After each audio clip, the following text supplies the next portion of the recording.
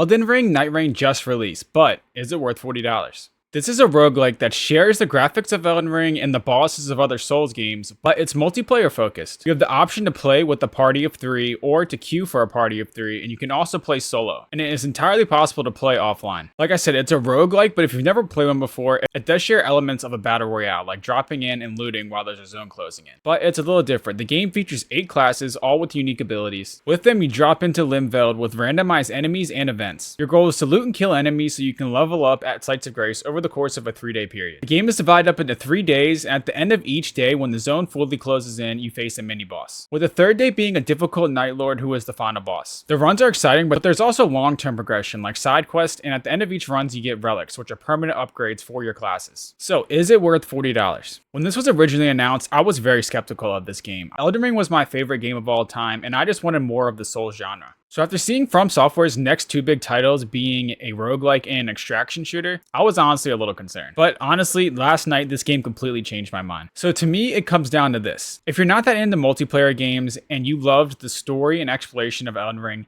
this probably isn't going to match that. And some elements of Elden Ring are still there, and it does have a story, but it is by no means the selling point of the game. However, if you did enjoy the combat of Elden Ring and play other multiplayer games like extractions, roguelikes, BRs, then I don't think you'll love this, because with the changes they made to the core of Elden Ring, with all of the ways you can get around the map, and with no fall damage and the ability to climb any obstacle just about, and the way you can build a 3-player team with characters that all complement each other, the game can really be addicting and fun to play, even though it's completely different than the original Elden Ring. And in most cases, I do believe it is worth the $40. With that said, I do have 2 concerns for the game. Number 1, there's no crossplay. And I know this is to avoid the potential cheaters of PC players, but it's a PvE game that's not PvP, and you should have the option to turn it on and off. I just know for me, all of my friends play across multiple platforms, and I just simply won't be able to play this with them. And it's just unfortunate for a game that's primarily multiplayer. And my second concern is the party system. Like I said, you can queue for a team of 3, and you can also build your team of 3 with 2 other friends.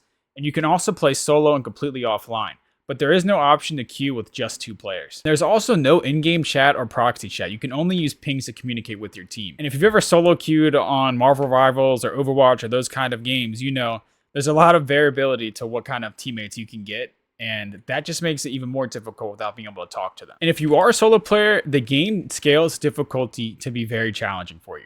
But it's 100% doable. But that's largely because this is a completely different game than the Souls genre. Roguelikes are all about getting in repetition and learning the map and building a routine that'll win. And that takes time to do. So at first, especially if you're playing solo, you will struggle a little bit. But you should be getting a little bit better each run. And I think with more experience, it'll just get a lot easier to do. So overall, I think this game is 100% worth $40, considering what you get with the game. And with plans of future content being added already in place, you can't beat that value considering we live in a world where $80 for games is going to be the standard by the end of the year.